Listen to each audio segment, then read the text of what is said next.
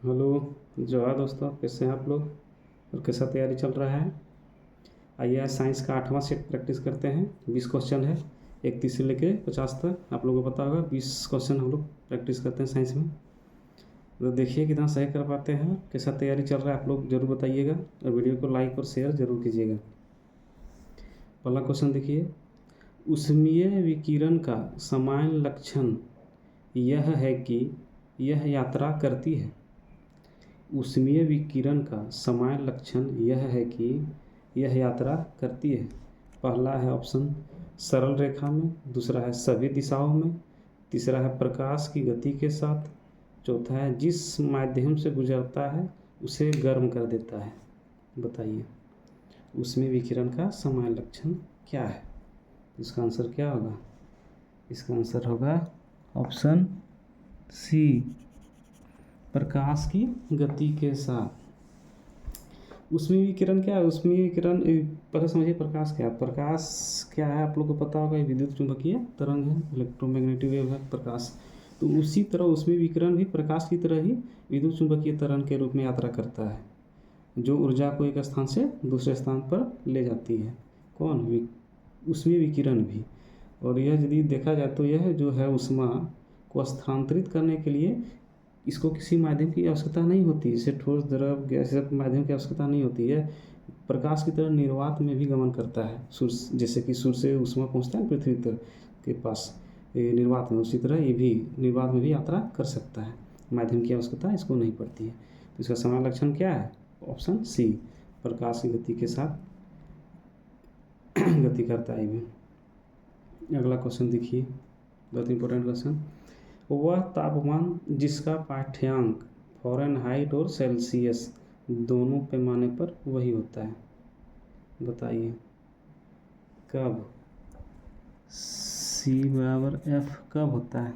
C बराबर कौन सा तापमान पर सेल्सियस और फ़ारेनहाइट दोनों बराबर होते हैं? ऑप्शन है पहला 400, दूसरा है -40 डिग्री, तीसरा है -340 डिग्री, चौथा है -1440। बताइए कौन सा तापमान पर फ़ारेनहाइट और सेल्सियस का मान बराबर होता है? तो इसका आंसर क्या होगा? इसका आंसर होगा ऑप्शन बी, -40 डिग्री पे। अगला क्वेश्चन देखिए, तीसरा नंबर, जल के शोधन में पराबैंगनी किरणों का प्रयोग किया जाता है। मैंने किस रूप में प्रयोग किया जाता है? जल के शोधन में पराबैंगनी किरणों का प्रयोग किस रूप में किया जाता है? ऑप्शन है पहला अवक्षेपक के रूप में, दूसरा है जल अपघटक के रूप में, तीसरा है कीटाणुनाशक के रूप में, चौथा है उष्णी कारक।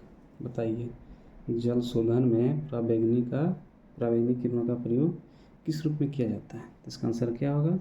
इसका आंसर होगा ऑप्शन सी, कीटाणुनाशक के रूप में किया जाता है।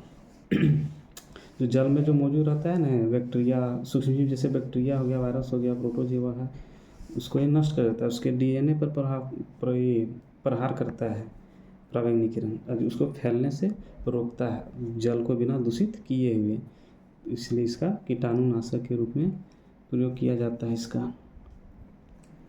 अगला क्वेश्चन देखिए, चौथा नंबर, मृग मरीचिका बनने वाली घटना को क्या कहते हैं? मृग मरीचिका बनने वाली परिघटना को क्या कहते हैं? पहला है व्यक्तीकरण, दूसरा है विवर्तन, तीसरा है ध्रुवीकरण, चौथा है पूर्ण आंतरिक परावर्तन। बताइए मरीचिका जो बनता है, दूर से देखते होंगे लगता है कि जल है वहाँ पे, लेकिन नहीं रहता है गर्मी के सीजन में। इसका आंसर क्या होगा?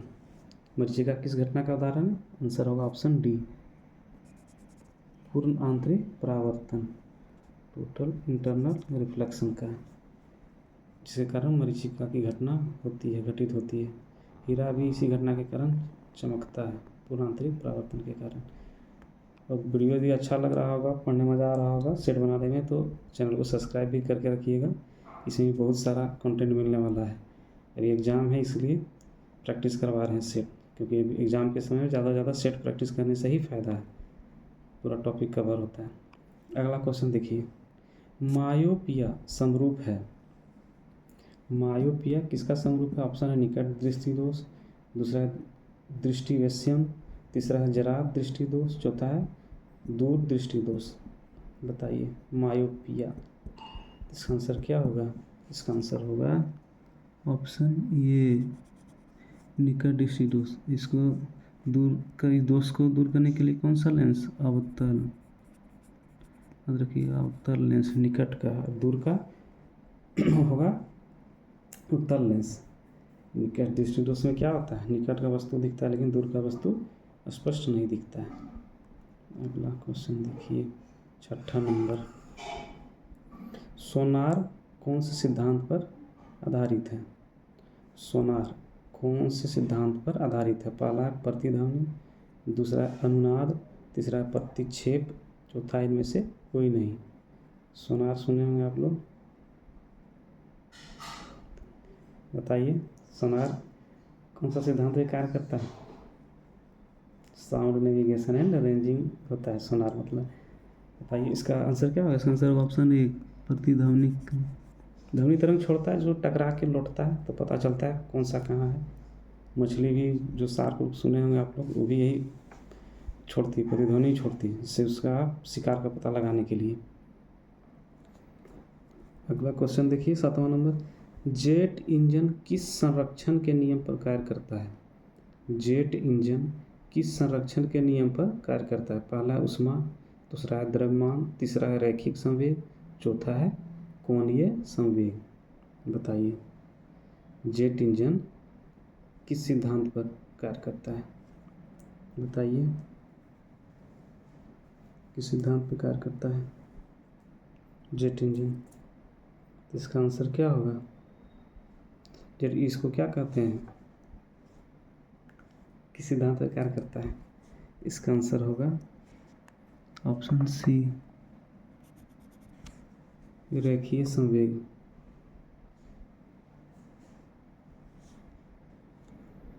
ये रेखीय संवेग के सिद्धांत पर कार्य करता है, कंजर्वेशन ऑफ लीनियर मोमेंटम के सिद्धांत पर। इसमें क्या होता है? इसमें ईंधन दहन से उत्पन्न जो उच्च दबाव वाली गैसों को क्या करता है? तेज गति से पीछे की ओर निकालता है, जिससे परमाणु थ्रस्ट उत्पन्न होता है, जिससे जेट को क्या होता है? आगे की ओर बढ़ने में मदद होता है, जिससे विपरीत संवेग होता है और वो आगे बढ़ता है। इसका आंसर क्या होगा? रेखीय संवेग। अगला क्वेश्चन देखिए, 8वां नंबर। क्या कारण है कि व्यक्ति चट्टान पर प्रहार करते हुए चोटिल हो जाता है? बताइए चट्टान पे प्रहार करते समय व्यक्ति जिसे हम लोग चोटिल हो जाते हैं, इसका क्या कारण हो सकता है? बताइए।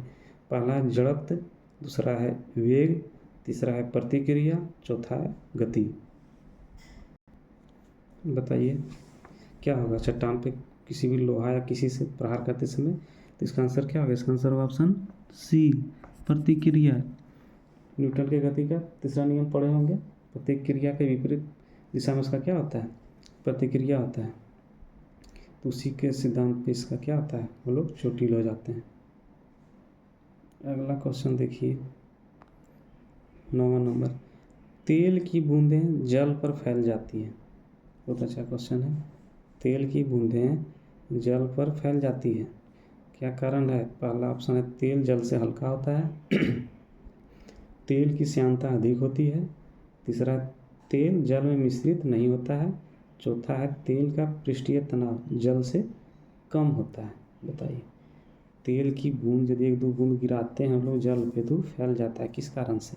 इसका आंसर क्या होगा? ऑप्शन डी, तेल का जो पृष्ठीय तनाव होता है वो जल से कम होता है, जिसके कारण क्या होता है? तेल के ऊपर छपल जाता है, माने फैल जाता है पृष्ठ तनाव के कारण।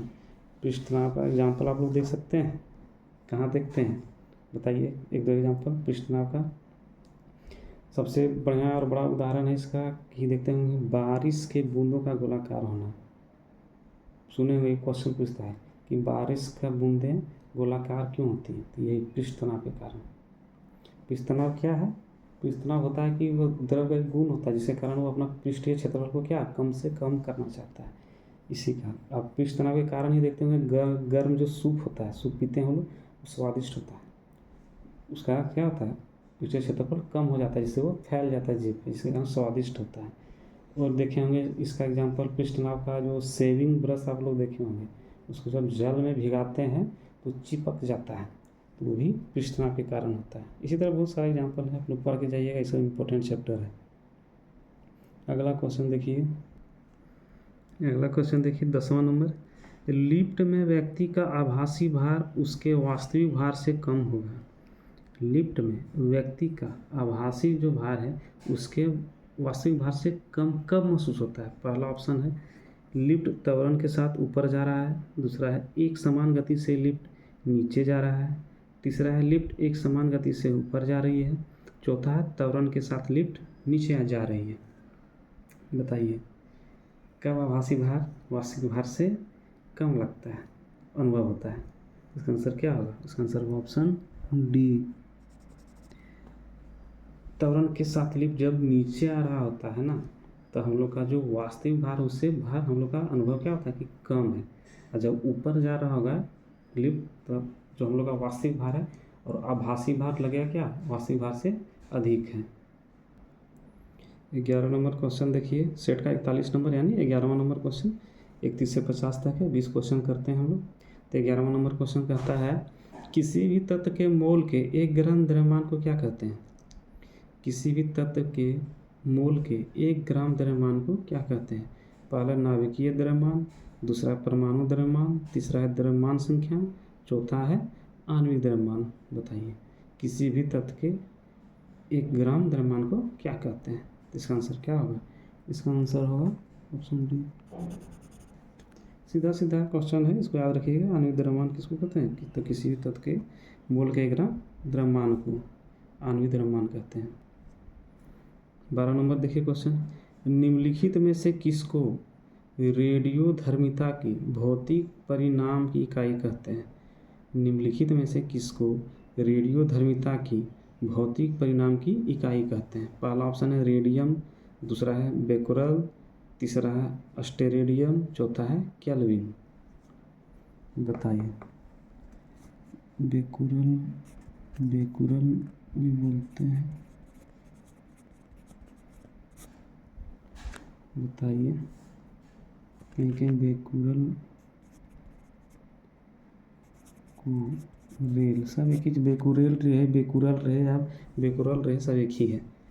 तो रेडियोधर्मिता की भौतिक परिणाम की इकाई क्या है? इसका आंसर क्या होगा? ऑप्शन बी बेकुरल होगा।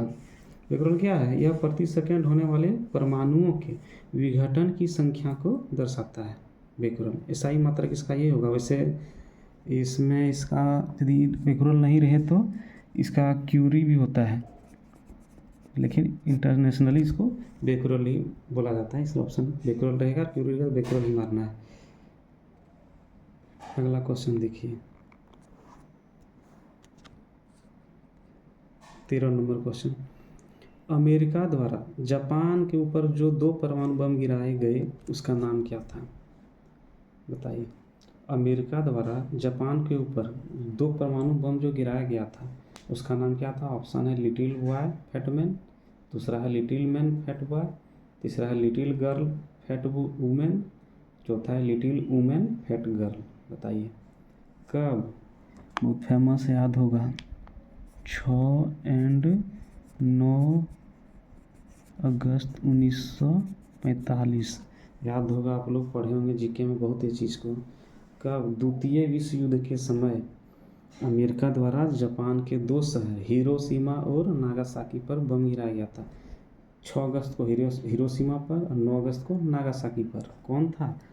उस बम का नाम क्या था? ऑप्शन है पहला 6 अगस्त को जो गिराया गया था हिरोशिमा पर वो था लिटिल बॉय, और 9 अगस्त को जो गिराया गया था नागासाकी पर वो था फैट मैन। 1945 में गिराया गया था, द्वितीय विश्व युद्ध के समय। उसके बाद जापान क्या किया था? सरेंडर कर दिया था। अगला क्वेश्चन देखिए 14 नंबर, निम्न में से किसकी उपस्थिति में लोहे पर जंग बहुत जल्दी लग जाती है? निम्न में से किसकी उपस्थिति में लोहे पर जंग बहुत जल्दी लग जाती है? पहला है वर्षा का जल, दूसरा है आसूत जल, तीसरा है समुद्री जल, चौथा है नदी का जल। बताइए कौन सा पानी में लोहे पर जंग बहुत जल्दी लगेगा? बताइए इसका आंसर क्या होगा? इसका आंसर होगा ऑप्शन सी, क्योंकि यह खारा होता है, खारा जल। और खारा जल विद्युत रासायनिक प्रतिक्रियाओं को क्या करता है? तेजी से करता है। जिसके कारण क्या होगा, समुद्री जल में सबसे ज़्यादा लोहे पर जंग लगेगा। अगला क्वेश्चन देखिए, सिरके का रासायनिक नाम क्या है? सिरके का रासायनिक नाम क्या है? पहला एसिटिक अम्ल, दूसरा हाइड्रोक्लोरिक अम्ल, तीसरा है नींबू का अम्ल, चौथा है ऑक्जेलिक अम्ल। बताइए 15वां नंबर क्वेश्चन, सिरके का रासायनिक नाम, जो सीधा सीधा है, एसिटिक अम्ल पता होगा, ऑप्शन पहला। 16वां नंबर क्वेश्चन देखिए, निम्न में से कौन सा तत्व सभी अम्लों में पाया जाता है? निम्न में से कौन सा तत्व सभी अम्लों में पाया जाता है? पहला है हाइड्रोजन, दूसरा है नाइट्रोजन, तीसरा है ऑक्सीजन, चौथा है सल्फेट। बताइए कौन सा तत्व सभी अम्लों में पाया जाता है? तो इसका आंसर क्या होगा? इसका आंसर होगा ऑप्शन ये, हाइड्रोजन। हाइड्रोजन क्या है? इसका जल में घुल के क्या देता है? हाइड्रोजन आयन देता है, H+ आयन, हाइड्रोजन। इसलिए सभी में पाया जाता है। क्यों? क्योंकि हाइड्रोजन आयन की जो है विलयन में अम्लता का कारण बनता है। हाइड्रोजन आयन का जो विलयन है वो अम्लता का कारण बनता है। वो जल में घुल के H+ आयन यानी हाइड्रोजन आयन देता है, इसलिए सभी अम्लों में पाया जाता है हाइड्रोजन। अगला क्वेश्चन देखिए 17 नंबर, जल के अणु में परमाणुओं के मध्य कौन सा बंध होता है? जल के अणु में परमाणुओं के मध्य कौन सा बंध होता है? पहला है अध्रुवीय सहसंयोजक बंध, दूसरा है ध्रुवीय सहसंयोजक बंध, तीसरा है आयनिक बंध, चौथा है अपसहसंयोजक बंध।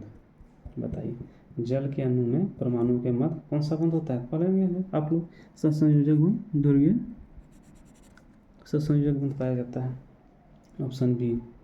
अगला क्वेश्चन देखिए 48 यानी 18वां नंबर क्वेश्चन, आंतरिक संक्रमण तत्वों की कुल संख्या कितनी है? आंतरिक संक्रमण तत्वों की कुल संख्या कितनी है? पहला है 16, दूसरा है 28, तीसरा है 32, चौथा है 33। बताइए आंतरिक संक्रमण तत्वों की संख्या, संक्रमण तत्वों की संख्या कितनी है? पढ़े होंगे आप लोग, लेक्टिनाइड और एंथेनाइड सीरीज पढ़े होंगे। तो टोटल कितना है? 14 होता है दोनों में, तो टोटल 28 है संक्रमण तत्वों की संख्या। और आप लोग सब्सक्राइब करके रखिएगा, बहुत सारा कंटेंट अभी और अच्छा मिलेगा। एग्ज़ाम के चलते हम करा रहे हैं इसको प्रैक्टिस।